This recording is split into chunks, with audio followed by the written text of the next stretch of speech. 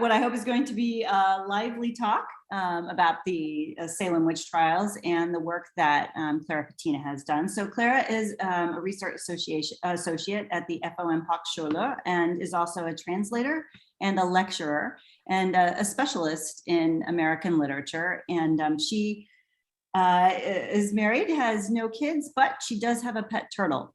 So we wanted to let you know that. We're not entirely sure if that plays into this work, Clara, but it is something that I think is interesting. So Clara received her PhD in North American Studies from the University of Cologne after working and studying at Heinrich Heine. And she had a dissertation proposal, which was accepted on the work of the Salem Witch Trials. And that's the work that we're going to talk about today. So specifically the themes and motifs in the depiction of colonial and contemporary Salem in American fiction. And it was published this year, May of 2021, from the Peter Lang Publishing Group. So Clara teaches class on American literature and has published papers in international journals such as Studies in American Short Story. So without further ado, I'm going to hand it over to Clara, and she's going to talk to us a little bit about the book and about the work that she's done. After she has shared the information with us, we are going to open the floor and you can ask her all kinds of questions. But we'll give her 20 minutes to share and then questions after if that works for everyone. Awesome. Take it away, Clara. Okay, so I'm gonna share my screen now. Can you all see that? Are you seeing my screen? Okay, great. Well, thank you so much for joining me today on the Salem Witch Trials Facts and Fiction. It's Halloween season, but since I don't know how familiar you are with the events, what happened in Salem, let's first of all look at the facts. Let's see. Okay, so what happened in Salem, Massachusetts? First of all, we're in the Puritan community of Salem about 50 years after the first settlers came to the US with the intention to create a model Christian community. So we're in a strictly religious society. In early 1692, the daughter and niece of the local minister fall sick with inexplicable symptoms. They have a fever, their speech is disordered, they have cramps, and the doctor, who is called, cannot find a bodily diagnosis, so he diagnoses them as bewitched. For the people back then, this was a very serious diagnosis, and so the girls are pressed for their tormentors. Who is bewitching you? The afflicted girls then name 3 village women of dubious reputation, and at first, all 3 of them deny the charges. But then Tituba, who is also the minister's slave, she confesses. She says she did meet with the devil, and so did the other 2, but there were more people. She couldn't exactly say who it was, but definitely there were others. At the same time, more girls fall sick. It is possible that they were instrumentalized, and I'm going to come back to this later on. But those 2 facts, Tituba's confession as well as more girls falling sick, results in the fact that the accusations spiral absolutely out of control and, so to speak, up the social ladder. They were, like all witch trials, probably abused for lots of personal reasons as well. What is most interesting then is that because of her confession, Tituba is not hanged. She is saved from the gallows. So it soon becomes obvious that confession and the implication of others saves you from being hanged. Also, this, as a side note, no one was burned at the American witch trials. They were hanged. And those who did not confess, who said, I didn't do it, they were mostly hanged. Moreover, a fatal decision was that the court allowed so-called spectral evidence during the trial. This is very hard to imagine for us nowadays, but it was enough to say, for instance, I saw Sarah Good praying to the devil in the woods. This might have been a dream, it might have been imagination, it might have just been made up, but it was enough to bring that person into court. So within only a few months, 20 people were executed and 200 were imprisoned.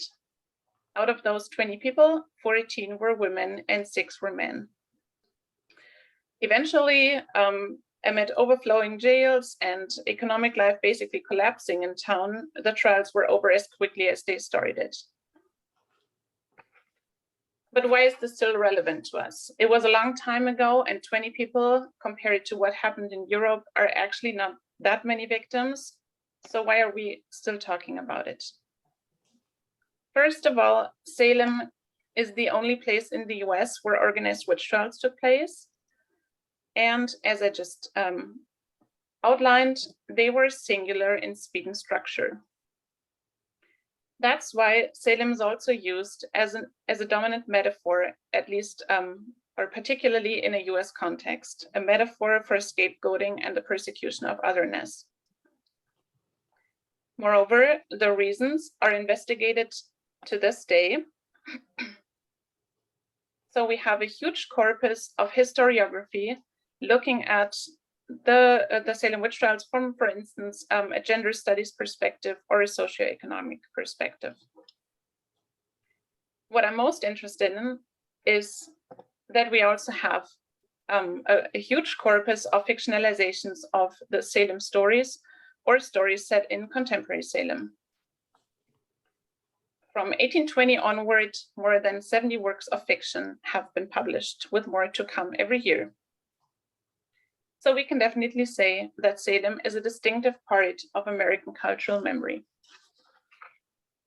In fact, even Boyer and Nissenbaum, two of the most renowned historians on the Salem witch trials, say the Salem witch trials are best known today through the work of a playwright, not a historian. And we'll see in a minute who that playwright was.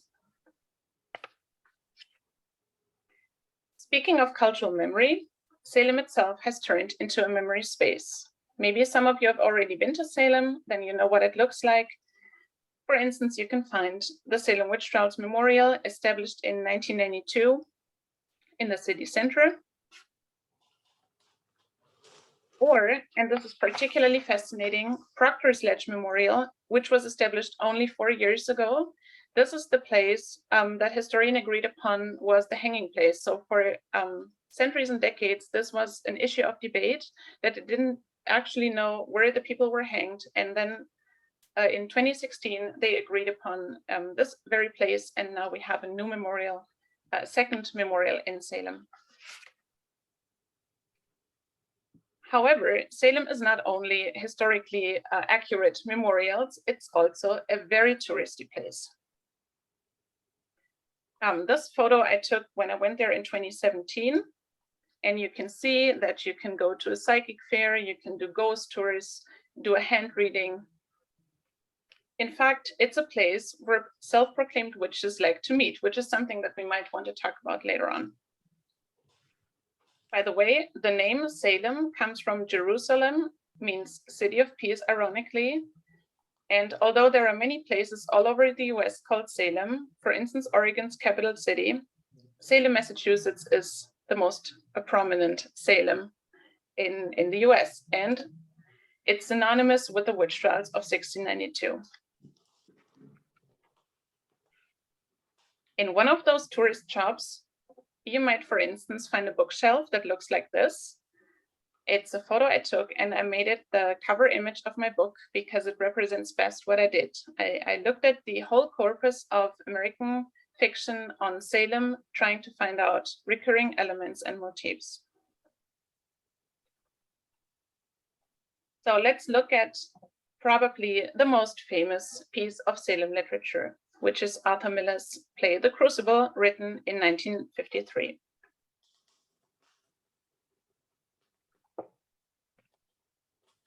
Why is Miller's play so very famous? Although it is set entirely in 1692, Miller uses the setting of the Salem witch trials to comment on the Red Scare of the 1950s, the communist persecution under Senator McCarthy during the Cold War. How does Miller do this? Well, there are longer commentary sections on almost all of the characters. And in one of those commentary sections, he kind of deviates from the character on stage and says, in countries of the communist ideology, all resistance of any import is linked to the totally malign capitalist succubi. And in America, any man who is not reactionary in his views is open to the charge of alliance with the Red Hell. So here you can already see the metaphorical function of Salem. Why does the comparison work? I mean, the communist persecutions were not literally life-threatening like a witch trial, but the suggestion of communist tendencies was enough to be called before the House Un-American Activities Committee, the HUAC. This was enough to destroy one's societal and professional reputation. And what is most interesting, if you were cooperative by giving names of others, actual sympathies were forgiven more leniently. In fact, Miller himself was accused after he wrote The Crucible. How does he depict the community in Salem? Well, he depicts them as repressive, intolerant, mendacious, full of secrets, paranoid, and fanatic.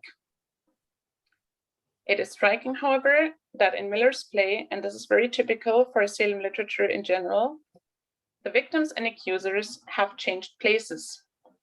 So the heroes now are those who did not confess, whereas the accusers are obviously the villains.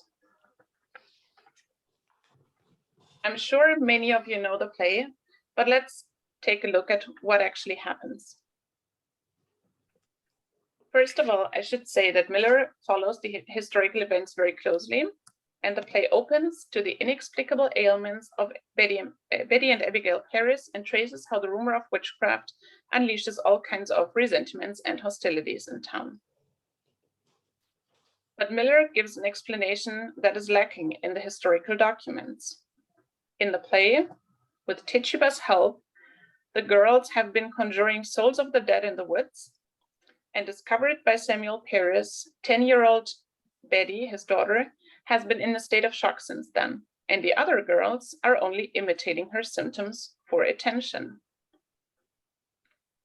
We also learn that 17-year-old Abigail Paris, I quote, drank blood as a charm to kill John Proctor's wife Elizabeth out of jealousy after she and Proctor had an affair when she worked in his household as a maid. Those things, however, are secrets in town. It is disclosed only to the reader. But you can see here that Miller makes the accusers the actual witches by having them drink blood as a charm. Abigail then accuses Elizabeth Proctor of witchcraft to get rid of her, but it is John Proctor who becomes the tragic hero of the play. He openly admits to his sin, his affair, and tries to prove that Abigail, I quote, thinks to dance with me on my wife's grave by only faking her affliction.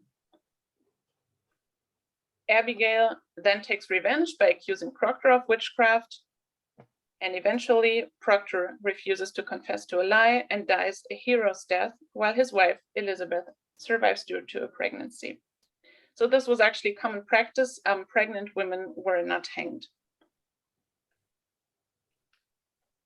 It's a very entertaining and fascinating play that is staged repeatedly to this day. Actually, it was staged just about 5 years ago in Düsseldorf. Maybe some of you have seen it. But why is that a little problematic, Miller's depiction of the Salem Witch Trials? He says in the foreword of the play that, I quote, the play is not history in the sense in which the word is used by the academic historian, and that the fate of each character is exactly that of his historical model, and there is no one in the drama who did not play a similar, and in some cases exactly the same, role in history. We're talking about facts and fiction today, so let's take a look at the characters. Miller's Abigail Williams is a 17-year-old girl, and it says in the play, a strikingly beautiful girl with an endless capacity for dissembling, while Proctor is, I quote, a farmer in his middle 30s. In reality, though, Abigail was only 11 years old, while Proctor was 60 years old, and they were unacquainted. There was no affair. But by not mentioning that the affair is constructed, Miller justifies his sexplanation for the trials. This is, I think, a very fitting term, which I took over from Robin DeRosa's study. The play is hugely famous, however, and it's all many Americans know about the trials. So you will oftentimes hear that the Salem Witch Trials happened because Proctor and Abigail had an affair. So in a way, fiction has overwritten history here. Why did he actually add the affair to the events? Well, he says in Why I Wrote the Crucible that my own marriage of 12 years was tearing, and I knew more than I wished to know about where the blame lay. So it's actually inspired by his own life.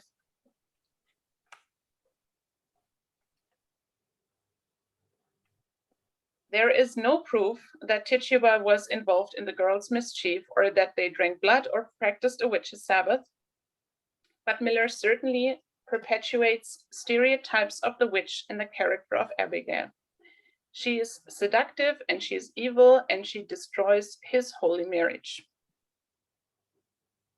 Moreover, Miller focuses on the male adulterous fate when neglecting that the fact that the Salem witch trials, or witch trials in general, were predominantly a female experience, both regarding the victims and the accusers.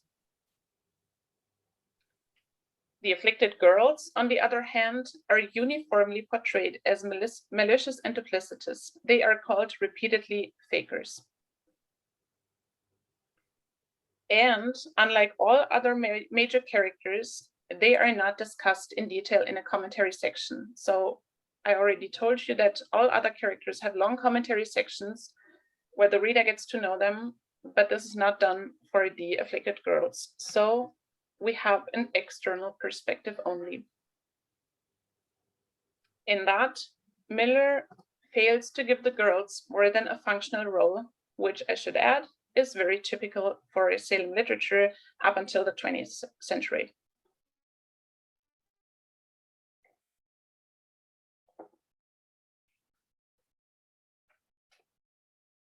The afflicted girls, I should say though, despite their undisputed fatal role, have become the focus of historiography in recent years and decades. So we have a strong focus on them and their possible motivations. In Carol F. Carlson's The Devil in the Shape of a Woman, for instance, she tries to discern the manifold, as she calls it, female dissatisfactions. She points out that they were at the bottom of the hierarchical order. They were usually unmarried, often orphaned by Indian attacks, and working as maids and servants. Moreover, they were used to hard work and strict religious upbringing, warning of the devil's seductions.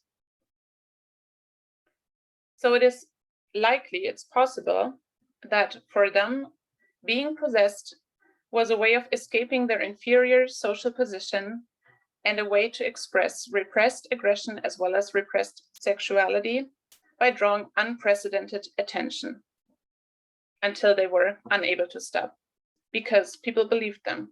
That was the fatal decision. We should also say that this was a time where there was no insight into children's psychology. So this study is very crucial. This historiographical trend, at any rate, is also discernible in literature. In recent years and decades, we have a growing corpus of young adult fiction by female authors who tell the Salem story from the perspective of one of the girls involved in the events. So here, the subject of the Salem story meets the young adult genre. The best example is Catherine Howe's novel Conversion, written in 2014. What happens in her novel? Her novel tells two parallel stories in alternating chapters. The first story being the story of Anne Putnam, told from her own perspective. Who was Anne Putnam? She was one of the most infamous afflicted girls She was actually responsible for most death sentences. But she's also the only one who ever issued an apology. In 1706, she stood up in church and said, "I was made an instrument for the accusing of several persons of a grievous crime, whereby their lives were taken away from them, whom now I have just grounds and good reason to believe they were innocent persons, and that it was a great delusion of Satan that deceived me in that sad time." Now, her apology is as revealing as it is puzzling. Was she faking, or was she deluded by Satan into faking? We don't actually know. But this is where Howe's novel takes up. In the novel, Anne reveals to the reader, in retrospection, I quote, what girls are capable of. She tells the reader how, coming from a family who was involved in many town quarrels and had little attention left for her, she and the other girls got drawn into the sport of Abigail Williams, were awed by the attention lavished upon them until they were, I quote, pulled into their own play. They were just unable to stop and unable to differentiate between faking and reality. I would like to read out one passage where the girls are again pressed for more names. It reads as follows. Anne says, "All eyes are on me, fine men in periwigs, who've been to college and can read the word and are accustomed to being hearkened to by other men and women and girls like myself.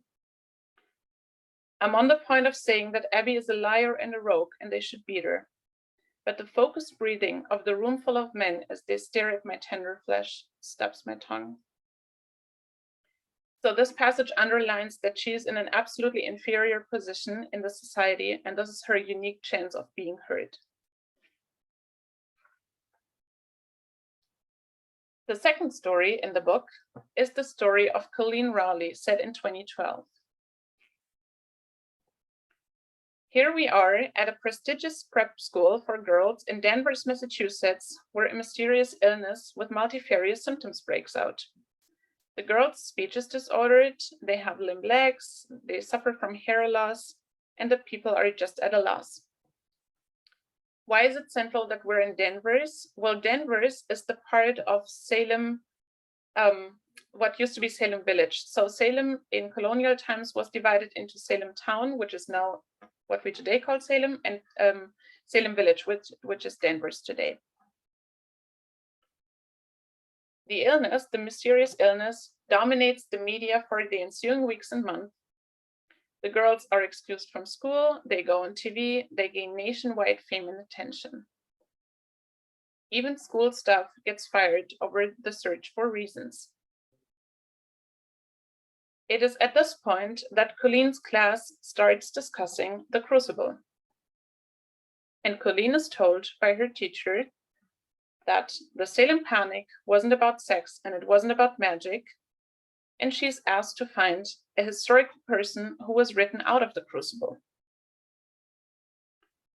Colleen then finds out that Anne Putnam is the only central historical figure who does not appear in the play, probably because her apology would have undermined the sexplanation.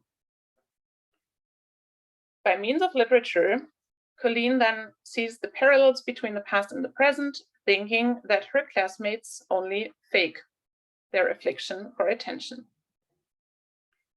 But eventually, Colleen as well succumbs to the mass psychogenic illness. And it is at this point that she's confronted with a final diagnosis, which is conversion disorder.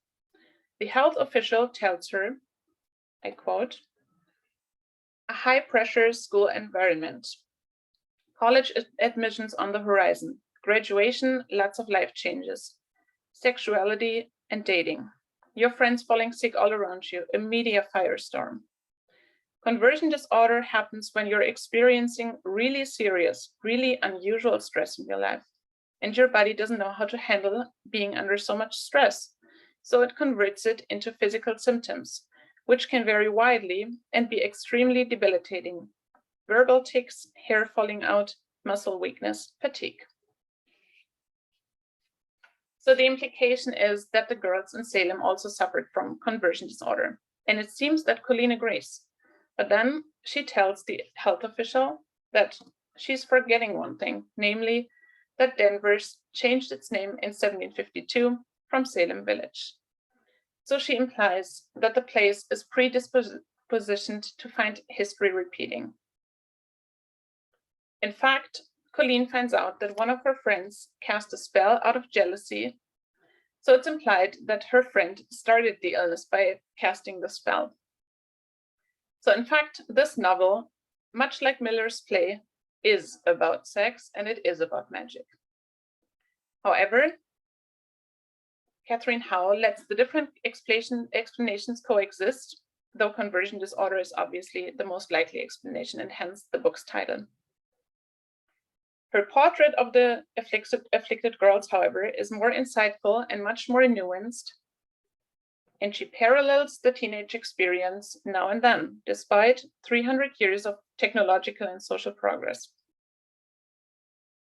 Instead of simply making the story appeal to a modern reader, Howe transposes the Salem story into a contemporary setting. So what have we learned so far?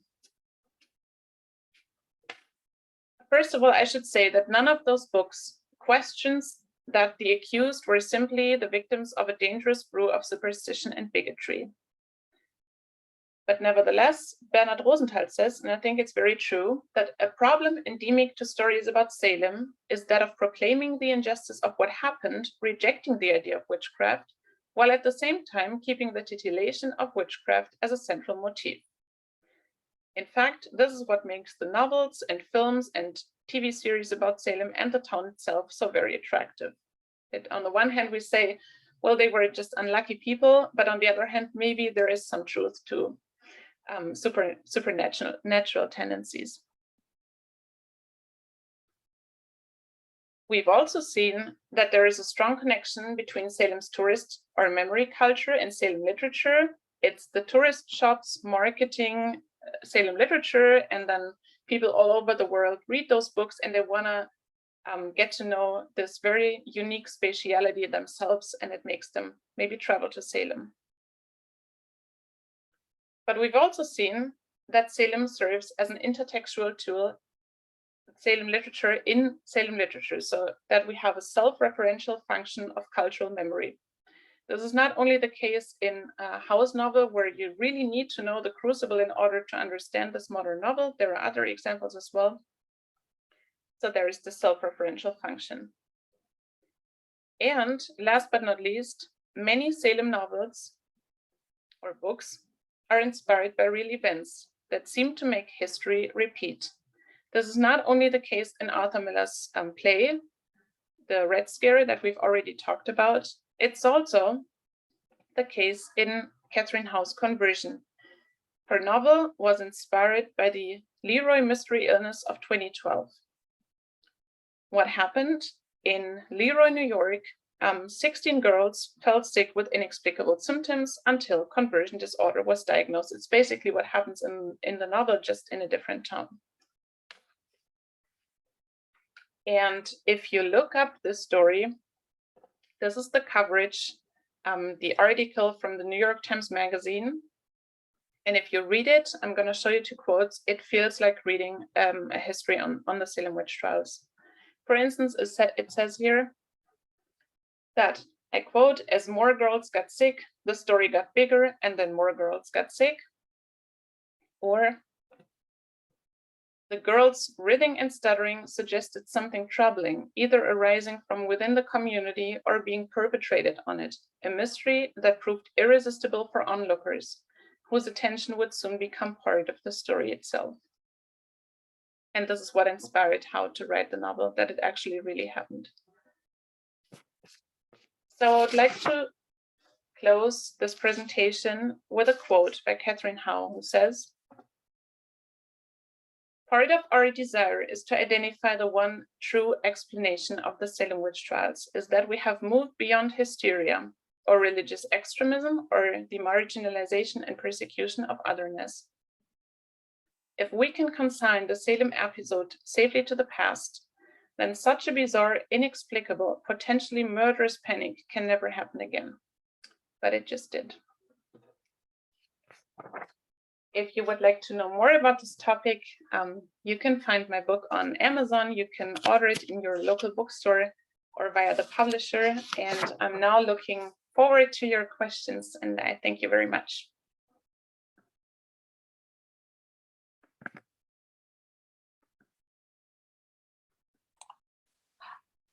Thank you so much, Clara. That was really interesting and I guess a little bit angering at points, a little bit of emotion there. I guess I have a few questions and then we'll open it up. And I'm curious, there has been a lot written, a lot of plays, a lot in cinema around the topic of witches in general. Mm-hmm. Do you think that this history that happened in Salem was like a springboard for these stories? Did they come out of another work of literature, or how much was modern witch stories, how much was inspired by what happened in Salem? A lot, probably. Like in the US, I mean, you have 200 years of Salem literature already, and then books inspiring fiction. I mean, for instance, The Crucible was turned into a very successful movie, and so have other stories. And I think it's also interesting to note that some of the films and TV series were also filmed in Salem. For instance, the TV series Bewitched, which was popular in the 1970s. So there was a lot of hype around the Salem story in general. Yeah, I think so. Very many stories are inspired by Salem, and it comes up again and again throughout films and TV series and everywhere. Yeah. So, and that leads right into my next question, and that is, so we have these funny witches now with Bewitched, mm-hmm. and the other series, which I completely skipped. Well, Sabrina the Teenage Witch, for instance. And there's a third with these witches who are mothers and very clever and very funny. Where do you think that comes from? These funny and adorable, endearing witches. Well, the witch, I mean, has undergone a huge cultural change. Now she is a figure of female empowerment, that's something that happened with the women's movement in the 1960s. So that the witch now is a figure of identification and a figure of empowerment. And I think this is where it happened, that now the witch is no longer this evil figure, evil and ugly figure, but now is something to be proud of. A witch is something to claim power and to be proud of in culture today, which I find very interesting. Yeah.